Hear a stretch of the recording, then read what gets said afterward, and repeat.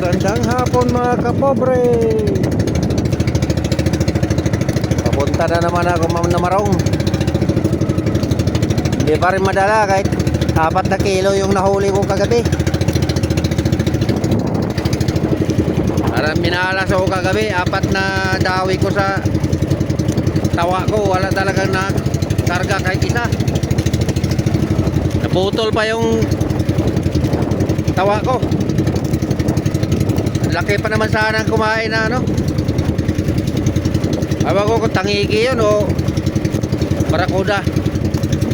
Pero palagay ko parang barakudang malaki. Naputol yung tansi ko. May lamat na yata yun kasi yun pa yung nakahuli sa ano sa Blue Marlin na malaki. Nagkalamat siguro yun doon kaya kagabi naputol. Sayang. Wala talaga ako nakarga sa 4 na dawi ko. Sana ngayon swertihin na.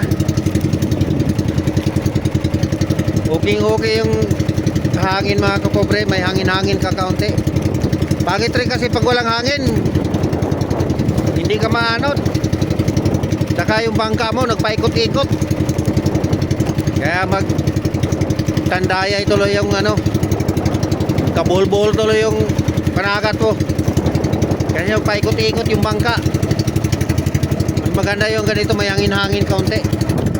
Ayan, medyo may alon-alon kaunti lang alon-alon. Okay na yan. Huwag lang yung malakas na hangin. Pero malinaw talaga ito. Mamaya mawawala talaga itong hangin na to. Sana magdamag itong ganito. Maganda kasi pag ano, may hangin-hangin. Maanod ka.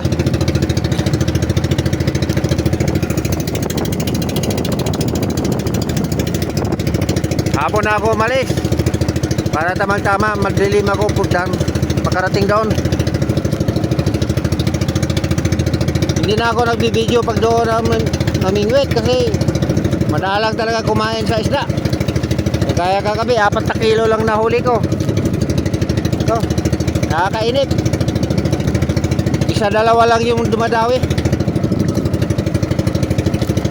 Kaya pag kagabi hindi rin ako nakabideo pag pauwi na ako kasi biglang may ulan. Kaya pabilisan yung takbo ko kagabi. Alas 2 pa ako nakarating sa bahay kagabi ng madaling araw. Hanggang dito na lang mga kapobre. Mag-video ako mamaya pag pauwi na ako. Thank you for watching.